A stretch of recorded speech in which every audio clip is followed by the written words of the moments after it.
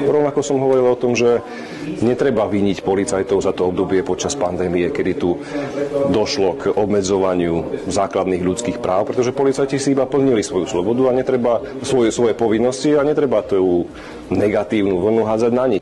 Čo robíte to? Hej, to čo je? Čo robíš? Hej, toto bude vidieť celé Slovensko!